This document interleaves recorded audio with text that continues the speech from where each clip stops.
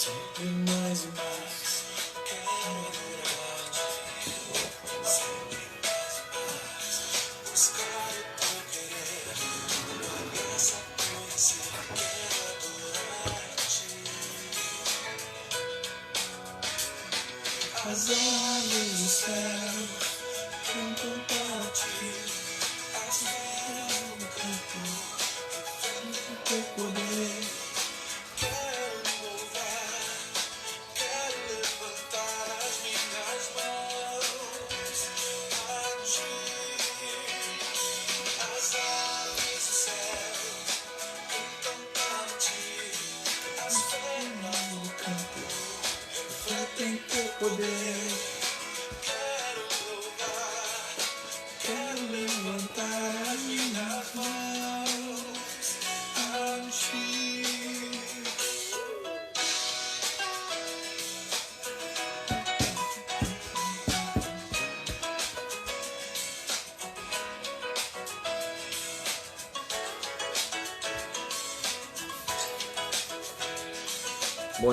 Bom dia, graça e paz. Bom dia a todos que estão entrando. Bom dia àqueles que estão entrando aí, que vão entrar. Muito bom dia. Que Deus abençoe esse dia. Que Deus nos abençoe. Louvado seja o nome do Senhor.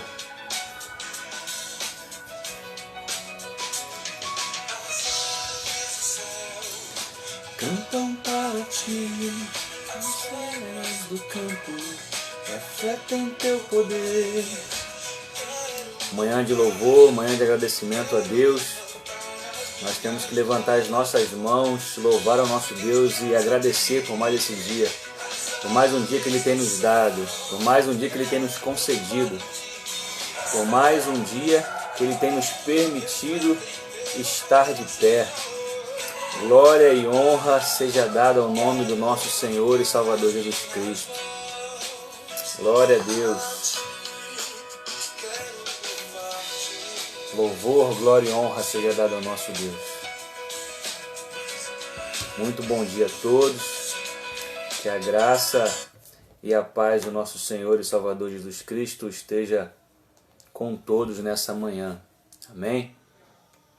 Que o Senhor possa nos iluminar nessa manhã com a sua palavra, trazer a iluminação da sua palavra à nossa mente, ao nosso coração e fazer aquilo que lhe apraz na nossa vida e no nosso caminhar com Ele. Vamos orar, vamos dar início a mais uma escola bíblica dominical. Vamos elevar a nossa voz ao nosso Deus e continuar de onde nós paramos, no livro de João, capítulo 4, versículo 43. João, capítulo 4, o Evangelho de João, capítulo 4, versículo 43. Mas vamos orar, vamos dar início à nossa escola bíblica dominical. Santíssimo Deus, Pai de infinito amor, de infinita bondade, nós queremos te louvar, Pai, por mais essa manhã, por mais um dia, Senhor, que o Senhor tem nos dado de vida. Ó Deus, muito obrigado pelas tuas bênçãos, pelas tuas misericórdias, pelo teu amor, ó Pai, e pela tua fidelidade a nós. Muito obrigado por tudo, Senhor. Pai, eu entrego nessa manhã a minha vida, a vida dos meus irmãos, eu entrego tudo a Ti, Pai. O estudo da Tua palavra, Senhor, eu entrego em Tuas mãos. Fala aos nossos corações, que Teu Espírito Santo venha falar, venha trabalhar e venha agir, ó Pai, através do estudo da Tua palavra, através do anúncio, Pai, das Tuas palavras. Essa é a minha oração nessa manhã, em nome de Jesus. Amém. Amém? Vamos continuar de onde nós paramos. Evangelho de João, capítulo 4, versículo 43. Nós estávamos falando sobre a mulher samaritana do poço de Jacó, a mulher de Samaria, e na continuidade, Jesus, 2 dias depois, parte dali de onde ele estava e ele vai para Galiléia. E na Galiléia, ele, no meio do caminho, indo da Judéia para Galiléia, ele tem um encontro com uma outra pessoa, um oficial do rei. E nós vamos dar início a essa leitura agora. João, capítulo 4, versículo 43. E 2 dias depois, partiu dali e foi para a Galiléia, porque Jesus mesmo testificou que um profeta não tem honra na sua própria pátria. Chegando, pois, a Galiléia, os galileus o receberam, porque viram todas as coisas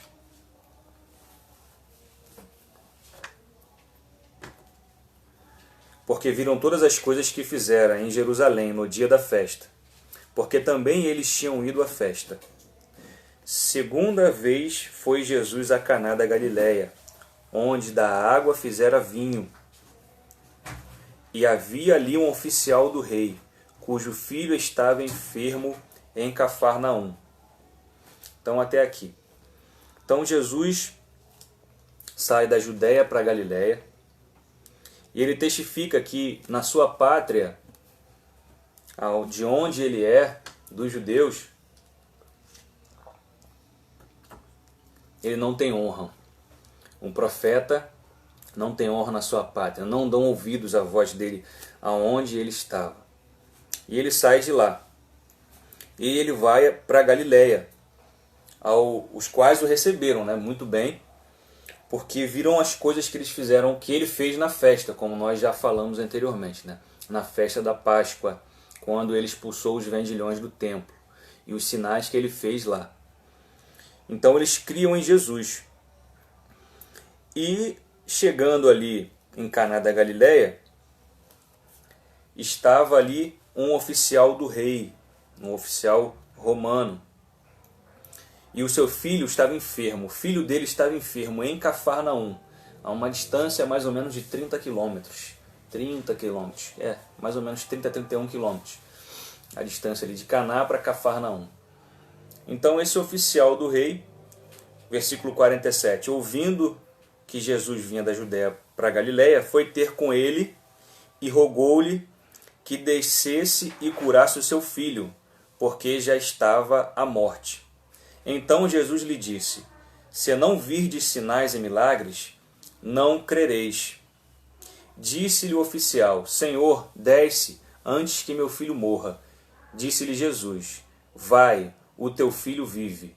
E o homem creu na palavra que Jesus lhe disse e foi-se. Então, aquele homem era um homem pagão, era um homem romano. Não era um homem que conhecia a Deus, de fato. Não era judeu, não era do povo de Deus. Ele era pagão. E, por ele ser pagão e crer em Jesus, ele era pagão e creu em Jesus. É porque ele viu os sinais, ouviu dizer o que Jesus já tinha feito lá atrás, anteriormente, sobre as bodas de Caná, sobre o que ele fez em Jerusalém. Então esse homem já tinha ouvido dizer, já tinha ouvido falar de Jesus. E ele, num ato de desespero, porque seu filho estava morrendo, ele vai até Jesus. E Jesus diz para os seus discípulos, e para ele também: se não virdes sinais e milagres, não crereis. Ou seja, Jesus sabia que a fé deles era superficial, tanto dos seus discípulos quanto aqueles que estavam à volta, em sua volta. Eles só creriam se vissem alguma coisa. Assim como Natanael, quando foi chamado.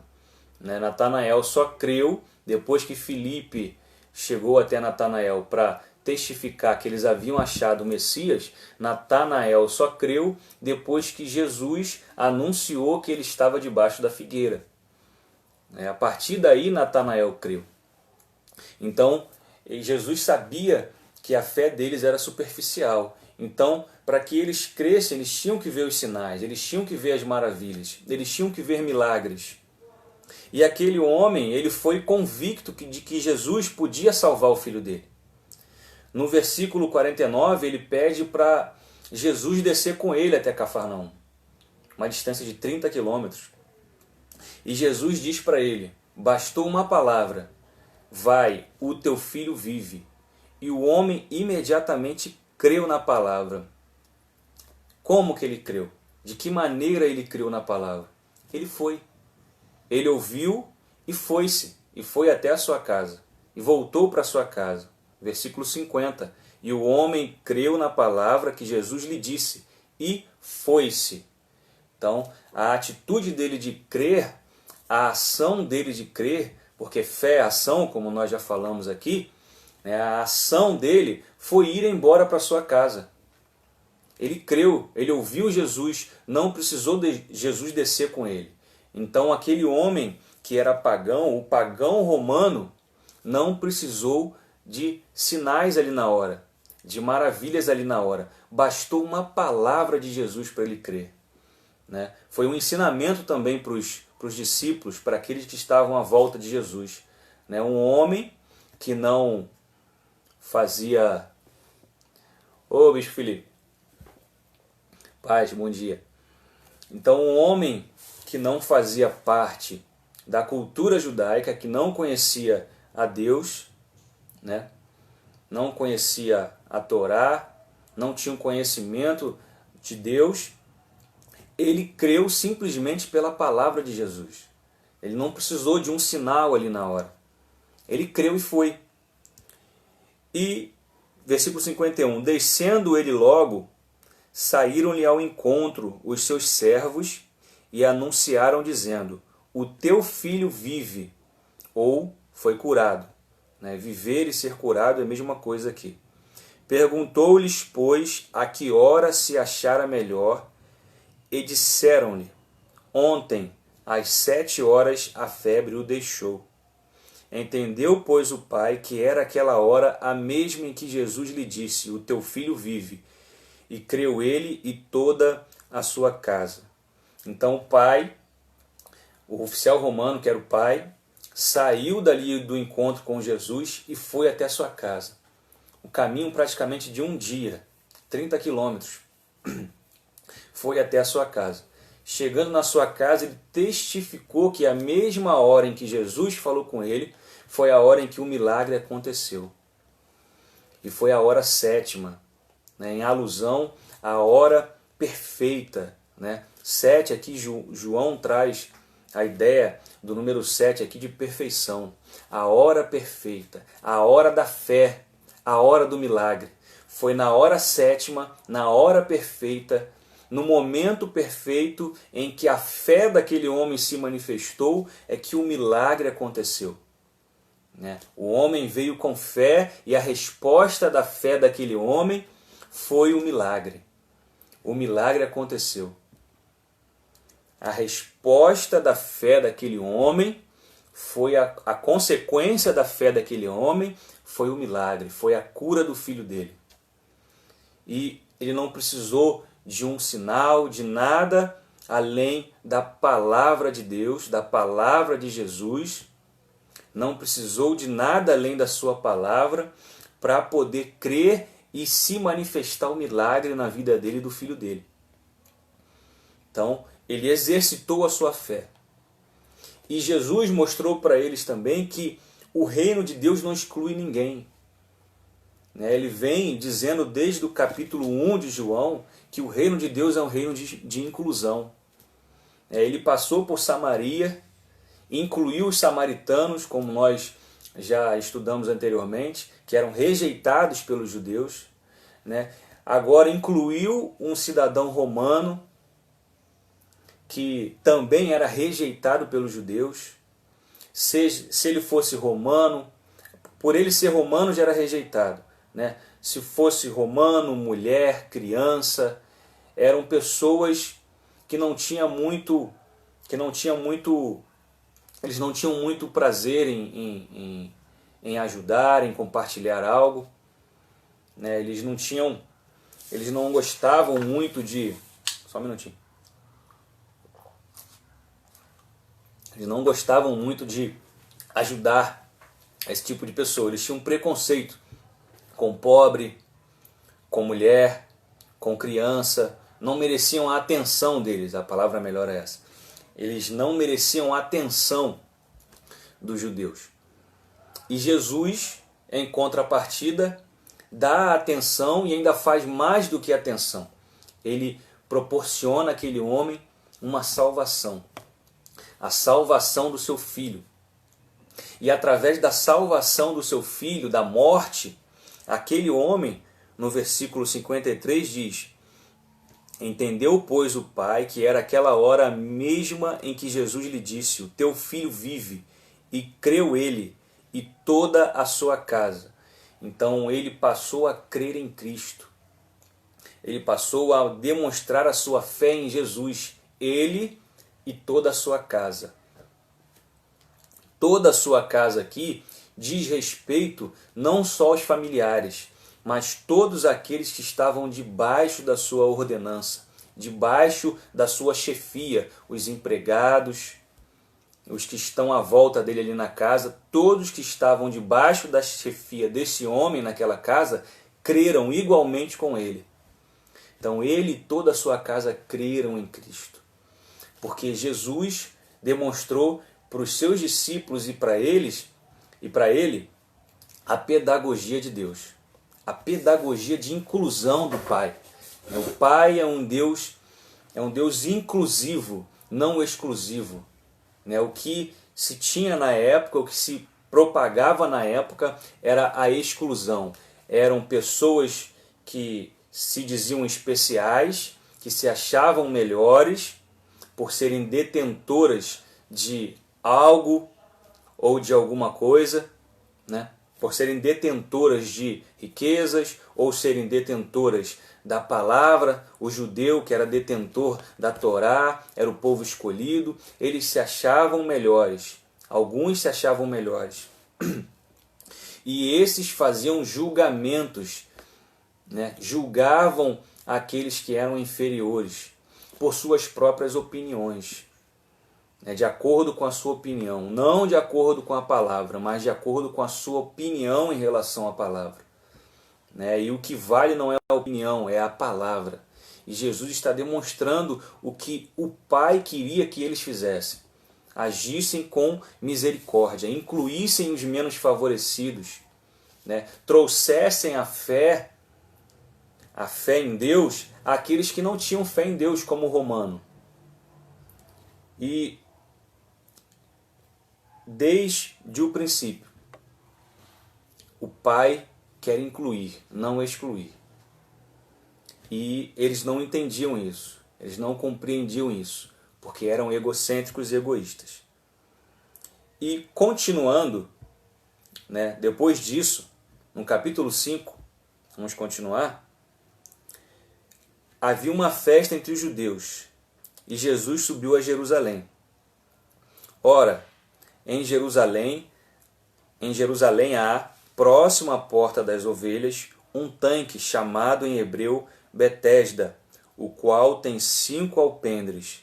Neste jazia grande multidão de enfermos, cegos, coxos e paralíticos, esperando o movimento das águas. Porquanto um anjo descia em certo tempo ao tanque e agitava a água. E o primeiro que ali descia, depois do movimento da água, sarava de qualquer enfermidade que tivesse. Então, Jesus vai até Betesda, até o tanque de Betesda, em Jerusalém, e ali encontra-se uma multidão de enfermos, esperando a água do tanque ser agitada para que eles mesmos se jogassem lá dentro e fossem curados, ou alguém os colocasse lá para ser curados. E ali, versículo 5, estava um homem que havia 38 anos se achava enfermo. Então, o homem tinha 38 anos de enfermidade. Há 38 anos ele estava enfermo, desde que nasceu. Para vocês terem uma ideia, a expectativa de vida média naquela época, era de 40 anos. Aquele homem passou praticamente a sua vida inteira enfermo. E ali no tanque, e ninguém o ajudou. Ele estava ali no tanque há 38 anos. E ninguém olhou para aquele homem. Ele estava próximo ao templo, perto do templo, na parte norte do templo. antes de entrar no templo, né? Ele estava ali, ó, juntinho do templo. E ninguém do templo, nenhum religioso, ninguém da época que se dizia detentor da palavra, teve misericórdia daquele homem para ajudá-lo, no sentido de curá-lo, de tirá-lo daquela situação. Mas ao contrário, eles tinham preconceito contra ele. Porque a ideia da época que eles disseminavam na época, que todo homem, toda pessoa que tivesse uma enfermidade de nascença, ou que adquirisse uma enfermidade tal, era por consequência de pecado. E por causa do pecado, eles se afastavam dessa pessoa, para dizer que não seriam contaminados, né? Vamos dizer assim. Então eles se afastavam dessas pessoas, né? Quando a palavra de Deus diz ao contrário, né? Aquele que peca, ele tem nova chance se arrepender. E eles exerciam essa atitude preconceituosa. E com essa atitude preconceituosa, aquele homem sofreu 38 anos. 38 anos sem ajuda de ninguém ali. Mas Jesus chega no momento certo. Jesus chega na hora certa, na hora exata, em que aquele homem precisava de um milagre. Mas antes de Jesus fazer o milagre, Jesus, versículo 6, Jesus vendo este deitado e sabendo que estava neste estado havia muito tempo, disse-lhe: queres ficar são? Vira para mim, por favor. Queres ficar são? Ou seja, Jesus pergunta para ele se ele quer ficar. Lógico que ele queria ficar são. Mas Jesus não oferece a sua salvação a quem não quer. Nós lemos lá em João 3,16, porque Deus amou o mundo de tal maneira que deu o seu Filho unigênito para que todo aquele que nele crê. Você precisa crer. Ele precisava crer, né? Jesus oferece a salvação a ele. E ele precisa aceitar a salvação de Jesus. É condicional. Eu ofereço e você precisa aceitar, né? Crer. Primeiramente Jesus faz isso. E o enfermo responde a Jesus: Senhor, versículo 7, não tenho homem algum que quando a água é agitada me coloque no tanque, mas enquanto eu vou, desce outro antes de mim. Como eu falei, ninguém o ajudou, ninguém o ajudava. Ele não tinha ajuda de ninguém.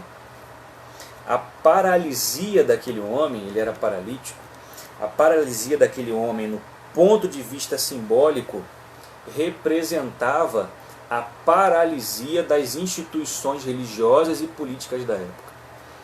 Jesus, com aquela atitude, estava simbolicamente representando a paralisia da instituição religiosa que não atendia aos necessitados, que não atendia os menos favorecidos, aqueles que precisavam de fato ser atendidos. As instituições religiosas estavam preocupadas consigo mesmas, eles estavam preocupados com o seu próprio umbigo e não estavam fazendo o que a palavra de Deus determinava, que era cuidar dos pobres, dos órfãos, das viúvas, dos necessitados, do estrangeiro. E eles estavam se preocupando consigo mesmos, estavam paralisados no seu egoísmo, no seu egocentrismo e nas suas próprias convicções. Então, o legalismo dessas instituições, o legalismo religioso dessas instituições fechava as portas, causava exclusão, fechava portas, fechava o caminho para aqueles que queriam vir a Deus, que precisavam ser ajudados. Então, esse legalismo fechava portas. Né? E até aqui, por enquanto, trazendo para os dias de hoje, nós temos visto isso também. Né? O legalismo nas igrejas, o legalismo religioso nas igrejas, que eu digo em nós, tá? O legalismo religioso em nós tem trazido exclusão para certos tipos de pessoas, né? Quantos aqui já viram, né, algum morador de rua entrando pela porta do templo e a igreja, os irmãos, né, excluindo, sentando longe, né, saindo de perto, fazendo cara feia? Isso é legalismo religioso. Quando alguns passam por essas pessoas que merecem a nossa atenção, o nosso amor, a nossa misericórdia na rua, e passam de largo, passam longe, fecham a cara. E não, ele tá fedendo, deixa ele para lá, ao invés de abraçar e de ajudar. Né? Muitos de nós temos visto injustiças e compactuado com essas injustiças. Temos visto sofrimento e compactuado com esse sofrimento. Quando a palavra de Deus nos diz ao contrário, sempre disse ao contrário. Sempre disse para amarmos ao próximo. Os 10 mandamentos, os 4 primeiros falam em relação, os 3 primeiros, falam em relação ao homem e Deus.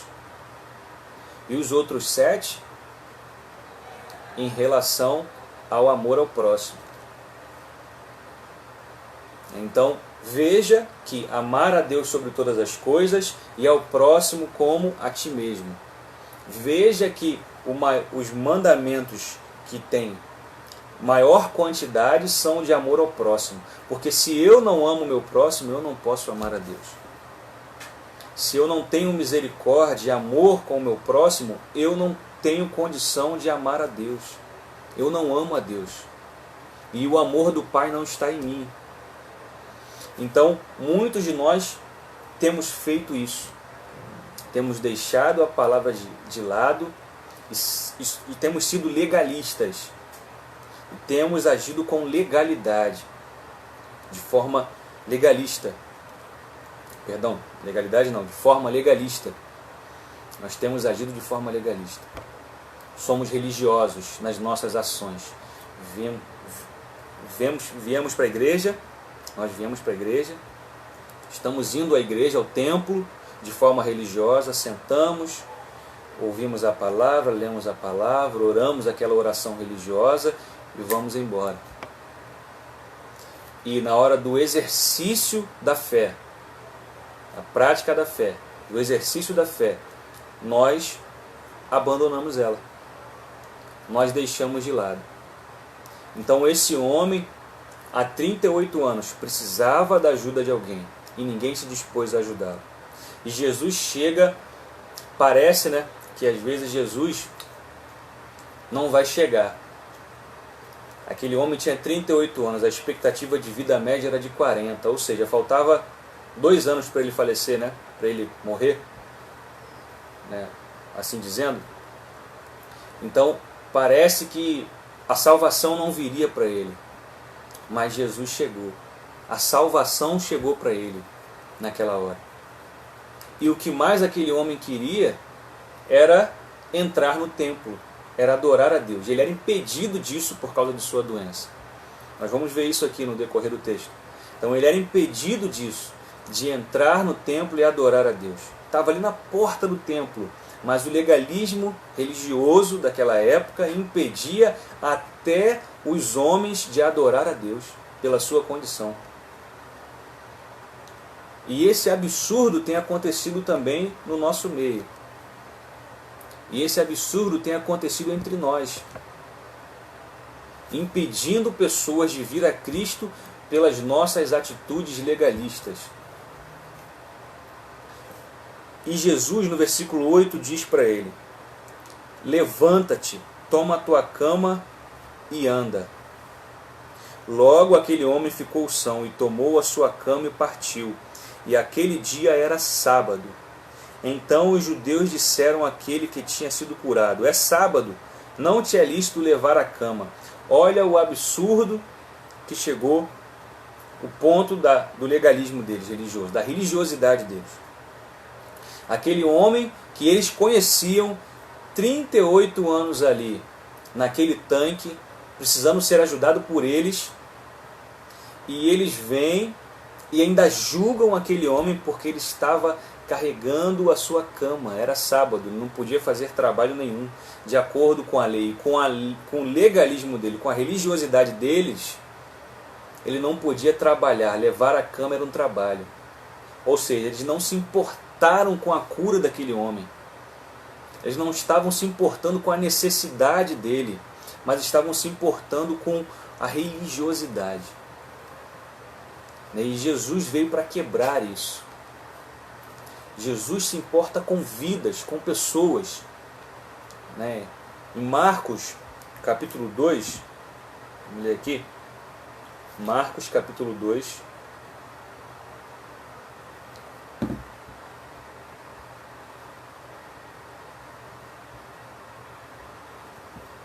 Marcos 2, versículo 27.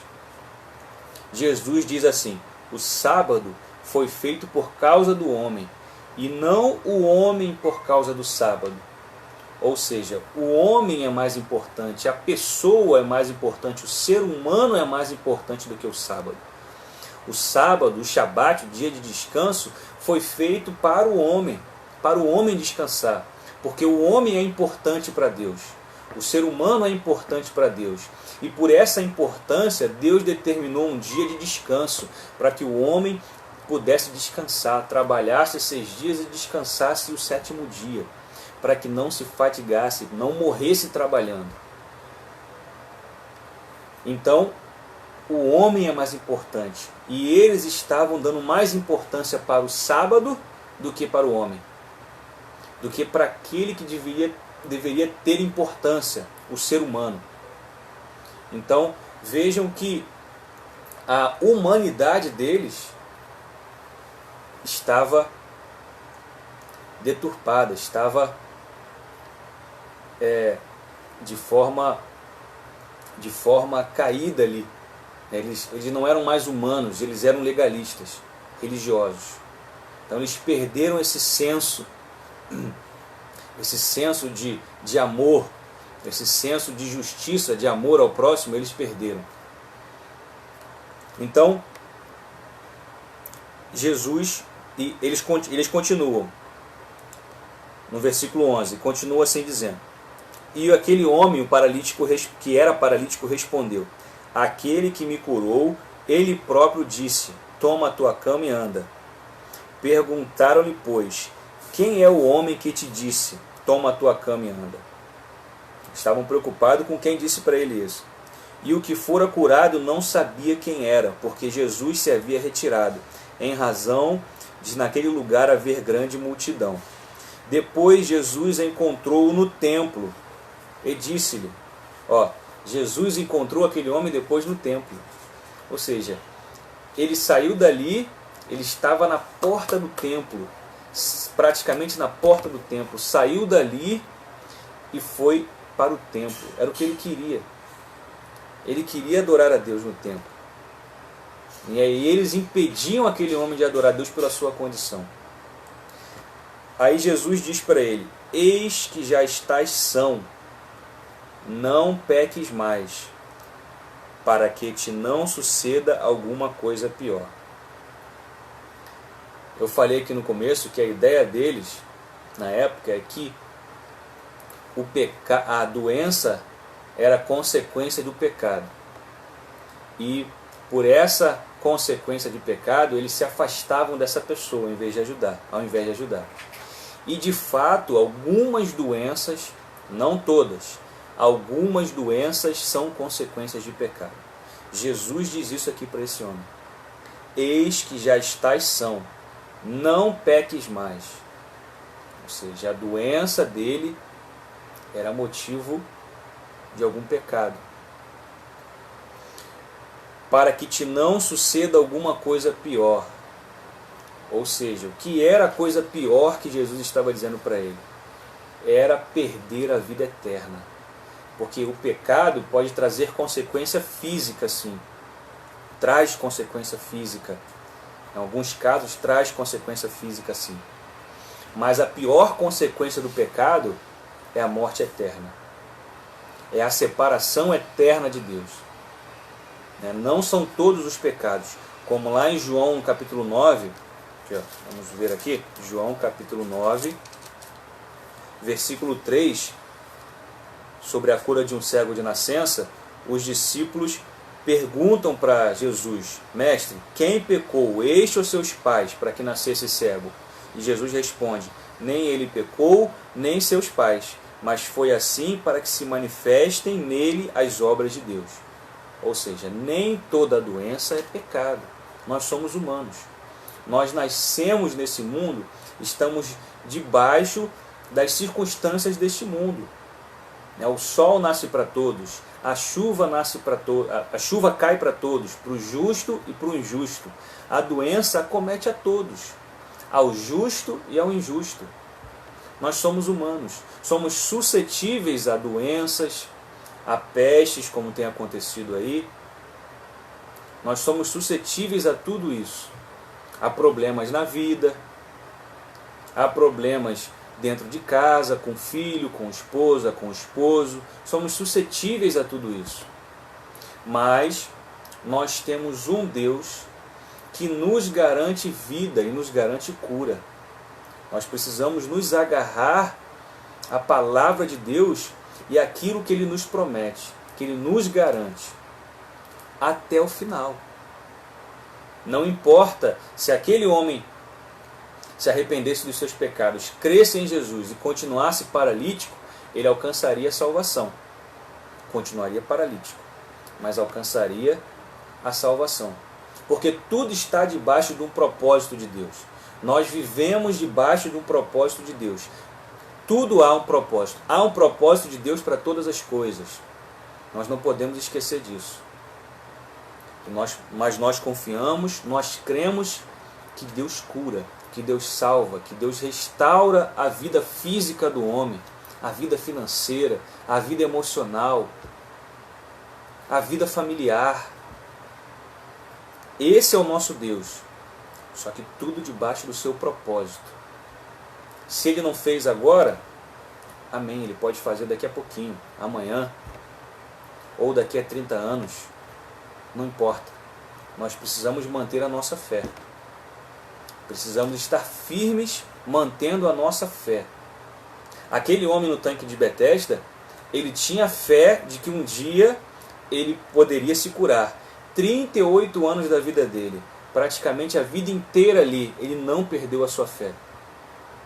Ele não perdeu a sua fé. Ele manteve a sua fé viva de que ele seria curado. E Jesus veio e o curou. Não importou o tempo. E eu creio que se ele também não recebesse ali a presença de Jesus e fosse curado, a fé dele na cura, até o último dia da vida dele, seria mantida. Ele não perderia aquela fé de que ele seria curado ali naquele tanque. Então, para ele estar ali 38 anos é porque ele tinha fé. Ele cria de que um dia ele podia ser curado. Então, também nós temos uma lição aí na vida desse homem. Prevalecer na fé. Nós precisamos prevalecer na nossa fé. Até que a resposta venha. Até que a resposta venha. Jesus é a resposta. A resposta chegou num tempo determinado. Aparentemente demorou. Aparentemente. Mas chegou. Porque tudo tem um propósito. Jesus diz para ele: vai e não peques mais, para que você não perca a tua salvação. Então não perca a tua salvação. Não perca a sua salvação. Não peques mais. Pecou? Pecamos, nós pecamos. Somos humanos, somos falhos. Se arrependa. Pecou? Se arrependa. E não peques mais, para que algo de pior não te aconteça. Porque a palavra de Deus diz que tudo que o homem plantar, certamente colherá. Nós colhemos o que nós plantamos aqui. E nós também vamos colher o que nós plantamos aqui na eternidade, com Deus ou sem Deus. Então, se eu planto arrependimento, confissão de pecado e mudança de vida, eu colho salvação e vida eterna. Então essa é a ideia. Então nós precisamos plantar em Deus a nossa salvação, que é na forma de arrependimento, confissão de pecados. Nos voltarmos para Deus e não cairmos mais no mesmo pecado. Porque às vezes existem pessoas que têm um círculo vicioso, do pecado. Eu peco aqui hoje, aquele pecado ali, um pecado de estimação, que é um círculo vicioso. Então eu peco aqui nesse pecado, aí Senhor me perdoa, eu me arrependi. Aí eu volto aqui nesse pecado de novo. Senhor me perdoa, me arrependi. Volto de novo. Senhor me perdoa, me arrependi. Você não se arrependeu. Você só teve remorso. Não foi arrependimento. Não foi arrependimento. O arrependimento é quando você abandona, quando você deixa. Não estou dizendo aqui também que se você cair novamente em pecado, que você não se arrependeu anteriormente. Mas de você ficar num ciclo vicioso do pecado não é arrependimento. Esse ciclo vicioso não é arrependimento. Caí, Senhor, me perdoa. Caí de novo, me perdoa. Logo em seguida, caí de novo. Em seguida, caí de novo. A vida inteira nesse ciclo, a vida inteira. Você não se arrependeu. Você de fato não se arrependeu. Não entendeu o que é arrependimento. Porque aquele que confessa e deixa, esse alcança a misericórdia. Se você confessou e não deixou, você não alcançou misericórdia. Você não alcançou. Você precisa deixar. Se esforçar para deixar. Existem coisas na nossa vida que dependem do nosso esforço para deixar. Exemplo, uma pessoa que é viciada em drogas, para deixar a droga, exige o esforço dela. Ela tem que querer. O esforço aqui é o querer. Ela precisa querer, precisa buscar um tratamento. Oração, muita palavra de Deus, buscar a Deus em arrependimento, se voltar a Deus e buscar um tratamento. Porque o vício está ali no organismo dela, A vontade de se viciar novamente, de usar porcaria novamente, está ali. É física, é uma vontade física. Ela adquiriu aquela vontade ali, uma vontade química, física. Então precisa de se desintoxicar e para isso precisa de esforço. E para isso é preciso de esforço e não é fácil. É uma luta diária contra esse mal, esse pecado que você cometeu. É uma luta diária. E não só em relação ao vício, mas em relação aos pecados também. Seja ele qual for, qualquer outro pecado. Seja ele qual for.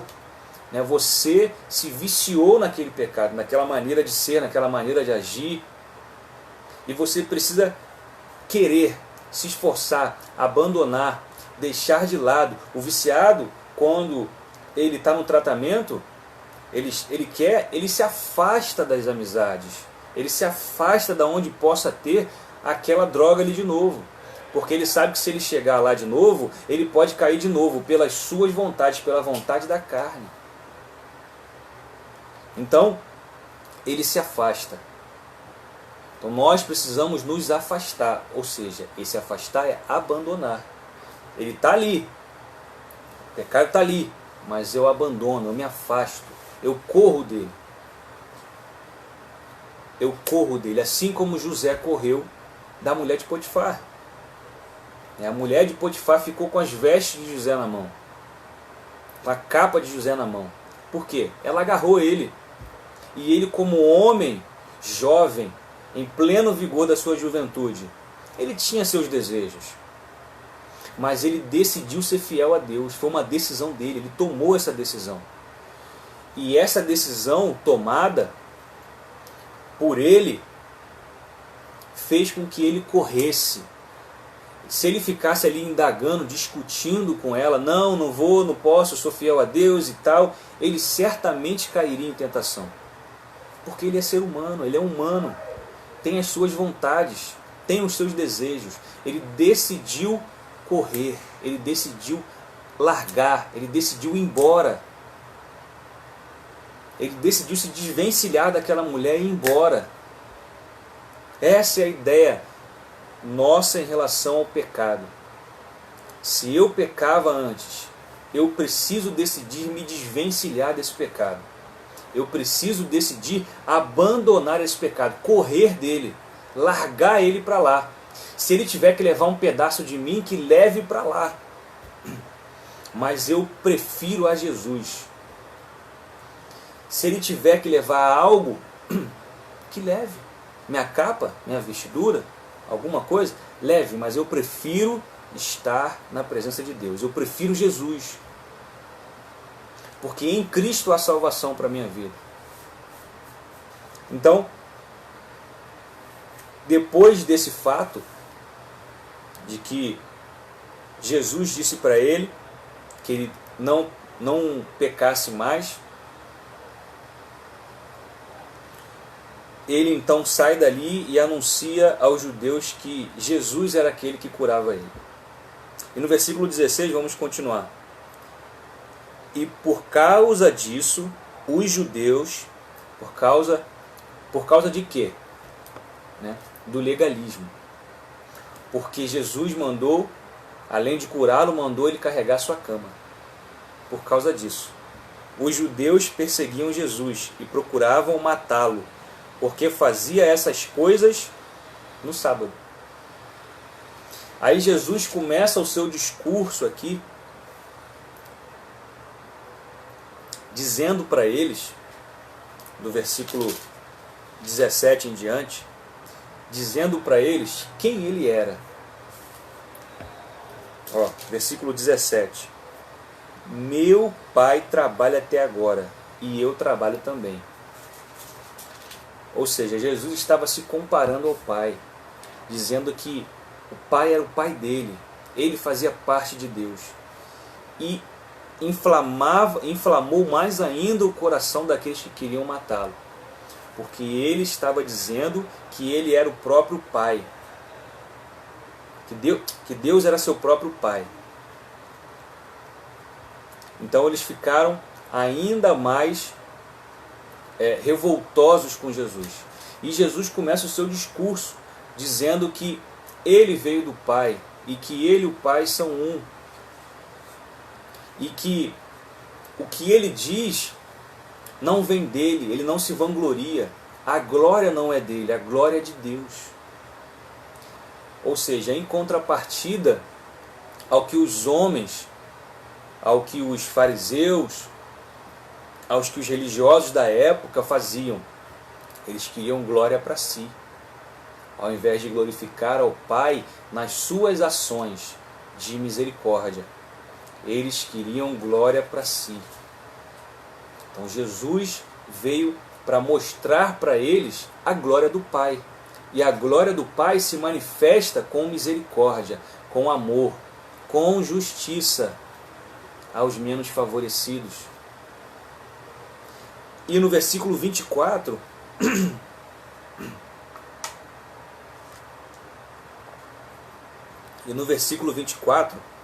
Jesus diz: na verdade vos digo, que quem ouve a minha palavra e crê naquele que me enviou, tem a vida eterna, e não entrará em condenação, mas passou da morte para a vida.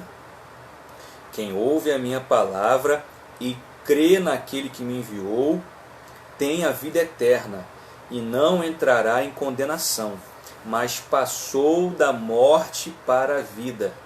Em verdade vos digo, que vem a hora, e agora é, em que os mortos ouvirão a voz do Filho de Deus, e os que ouvirem viverão.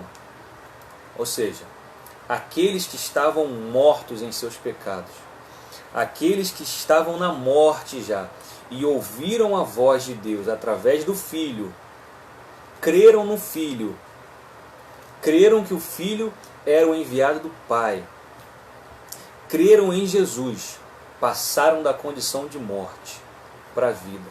Ou seja, a morte, ela não ia chegar para eles não. Ela já se fazia presente na vida deles. E se faz presente na vida de todo aquele que não crê em Jesus.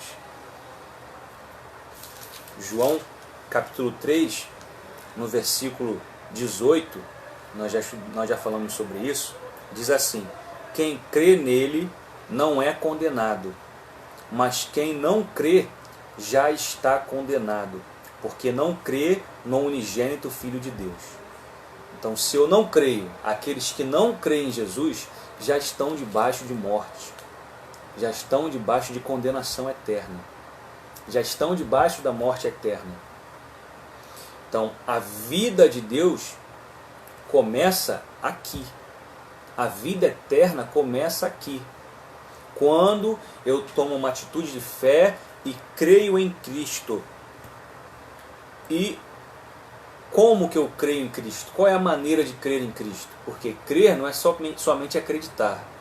Não se engane se você acredita em Jesus que você está salvo, não.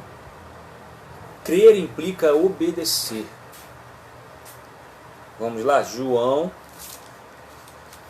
capítulo 14, versículo 21. João 14, 21. Já falei aqui, mas vou ratificar novamente. Crer implica obedecer. Fé é ação. E que ação é essa? A ação da obediência à palavra de Deus. Então, ó, João 14, 21. Aquele que tem os meus mandamentos e os guarda. A palavra guardar grega aqui significa atender cuidadosamente. A palavra guardar em grego aqui significa atender cuidadosamente. Ou seja, vamos substituir aqui a palavra? Aquele que tem os meus mandamentos e atende cuidadosamente a estes, este é o que me ama. E aquele que me ama será amado de meu Pai. E eu o amarei e me manifestarei a ele. Então, aquele que tem os mandamentos e atende aos mandamentos cuidadosamente, esse é o que ama Jesus. Aí Jesus se manifesta a ele. Aí Jesus demonstra que está com ele. O amor dele está em você, está em mim. Quando eu e você atendemos cuidadosamente aos mandamentos de Jesus. E como que eu posso atender os mandamentos cuidadosamente de Jesus? Quando eu conheço a Jesus. João 17, versículo 3. João 17, versículo 3. E a vida eterna é esta, que conheçam a Ti só por único Deus verdadeiro, e a Jesus Cristo, a quem enviaste. Jesus diz, e a vida eterna é esta, que conheçam a Ti só por único Deus verdadeiro, e a Jesus Cristo, a quem enviaste. A palavra conhecer aqui, também em grego, quer dizer intimidade. Conhecer a Deus, ser íntimo de Deus, ter intimidade. A palavra aqui também traz alusão ao conhecimento do homem e da mulher, que para os judeus esse conhecimento era o ato sexual, ou seja, a intimidade, a unidade, a união entre o homem e a mulher. Aqui está querendo dizer que nós em união com Cristo, em intimidade com Cristo, nessa intimidade profunda com Cristo, temos e podemos ter a salvação através da intimidade. A nossa salvação vem através da intimidade com o Pai, através do conhecimento de Deus. E essa intimidade e esse conhecimento vem através de Sua palavra, como nós lemos lá em João 14, 21. aquele que tem os meus mandamentos. Para eu ter os mandamentos, eu preciso buscar os mandamentos na palavra de Deus e cuidar dele, ser atento, agir cuidadosamente com eles, guardar, agir cuidadosamente. Aí sim eu manifesto o meu amor com o Pai, meu amor pelo Pai, meu amor por Cristo. Aí sim há salvação para a minha vida, para a nossa vida. Quando atentamente ouvimos a voz de Deus, que é a sua palavra, e obedecemos. Então aqui, a nossa condição de morte, quando ouvimos, atendemos a sua palavra e obedecemos, a nossa condição de morte espiritual, de morte eterna, passa a não mais ser essa condição, mas sim a condição de vida eterna. Nós já temos a vida, porque nós ouvimos a voz de Deus e obedecemos a Deus. Aí a vida de Deus vem, aí a vida de Deus vem e as bênçãos de Deus também vêm junto com ela. Vem junto com essa vida. E Jesus conclui, vou adiantar aqui um pouco, e Jesus conclui lá no versículo 37 em diante, Jesus diz assim, e o seu discurso, né? Ele conclui o seu discurso assim: e o Pai que me enviou, ele mesmo testificou de mim. Vós nunca ouvistes a sua voz, nem vistes o seu parecer, e a sua palavra não permanece em vós, porque naquele que ele enviou não credes vós. Examinai as Escrituras, porque vós cuidais ter nelas a vida eterna, e são elas que de mim testificam. E não quereis vir a mim para terdes vida. Eu não recebo glória dos homens, mas bem vos conheço, que não tendes em vós o amor de Deus. Eu vim em nome de meu Pai, e não me aceitais. Se outro vier em seu próprio nome, a esse aceitareis. Como podeis vós crer recebendo honra uns dos outros, e não buscando a honra que vem só de Deus? Não cuides que eu vos hei de acusar para com o Pai. Há um que vos acusa, Moisés, em que vós esperais. Porque se vós cresces em Moisés, creríeis em mim, porque de mim escreveu ele. Mas se não credes nos seus escritos, como crereis nas minhas palavras? Ou seja, Jesus está dizendo para eles, vocês têm a Escritura, vocês têm Moisés, vocês dizem que creem em Moisés, que vivem o que Moisés disse para que vocês vivam, mas na realidade vocês não vivem nada disso. Na realidade vocês não creem em Moisés. O amor do Pai não está em vocês, porque Moisés testifica de Jesus. Moisés anuncia Jesus, anuncia o Messias, e eles não criam em Jesus. Então, eles não tinham o amor do Pai, porque eles examinaram as Escrituras e estavam vivendo, eles examinavam as Escrituras e estavam vivendo de forma errônea, de forma errada diante de Deus. Não exercitavam a misericórdia, não exercitavam o amor ao próximo. Estavam preocupados com a honra, como Jesus diz aqui, eu não recebo glória dos homens. Mas eles queriam receber glória e honra de homens. Não se preocupavam com o próximo, se preocupavam consigo mesmo. Se preocupavam com as suas vontades, com os seus desejos. E colocavam as suas vontades e seus desejos acima dos outros. Diminuíam os outros, humilhavam os menos desfavorecidos, os pecadores que precisavam de arrependimento, os pobres, as crianças que não tinham atenção deles, as mulheres que também não tinham atenção deles. Falando em crianças, nós temos que dar atenção às nossas crianças. E daqui a pouquinho, já vou acabar, vai começar a escola bíblica dominical para as crianças. Coloque o seu filho, dê atenção ao seu filho. A atenção que vem do céu, que vem do alto. Coloque o seu filho para prestar atenção, porque nós estamos dando atenção às crianças. Nós estamos preocupados com a nossa geração, com o nosso futuro. O que será do futuro dos nossos filhos, das nossas crianças, sem a palavra de Deus? Né? Sem a palavra de Deus, a tendência é gerar-se uma geração perversa, uma geração má, uma geração que não ama o seu próximo, uma geração sem misericórdia. E nós, infelizmente, já estamos vendo isso nos nossos dias. Nós temos visto isso nos nossos dias. Uma geração perversa, uma geração má.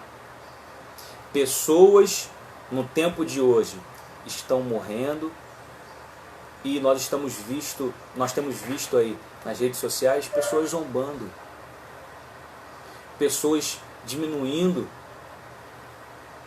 pessoas se vangloriando de certas coisas e humilhando aqueles que são necessitados. Infelizmente nós temos visto isso. Nós temos visto pessoas se vangloriando na morte do próximo. Se vangloriando na morte do próximo. Que tristeza é isso, meus irmãos. Que triste é essa situação. E isso só pode ser mudado com a pregação da palavra de Deus. Com a pregação da santa palavra de Deus. Que transforma o caráter do homem. Que cura, que liberta, que salva, que transforma, que traz vida àqueles que estavam mortos. Nós precisamos pregar, nós precisamos viver, primeiramente, e nós precisamos pregar essa palavra, a começar dentro da nossa casa. Ficai, pois, em Jerusalém, até que sejas revestido do alto. E ali, depois, preguem em Jerusalém, na Judéia e nos confins da terra. Prega primeiro na sua casa, dentro da sua casa, para a sua família, para os seus filhos, para os seus netos.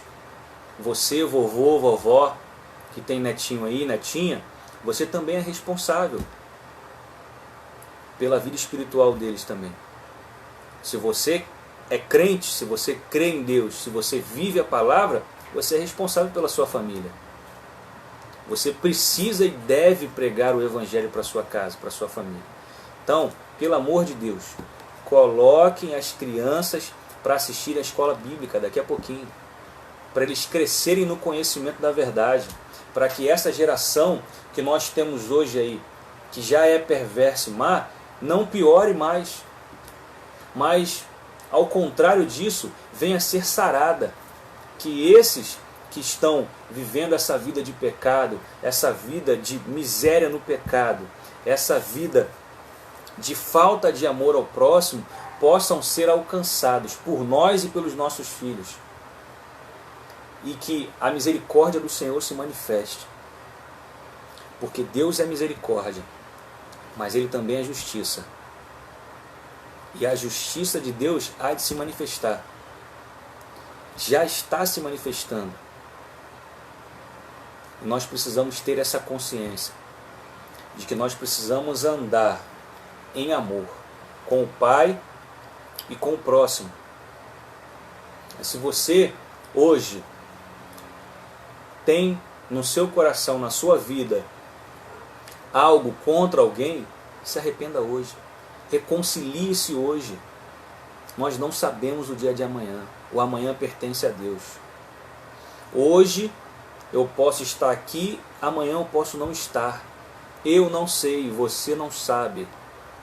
Nós precisamos viver uma vida de retidão diante de Deus, para que a nossa salvação e os nossos estejam garantidos em Deus, em Cristo.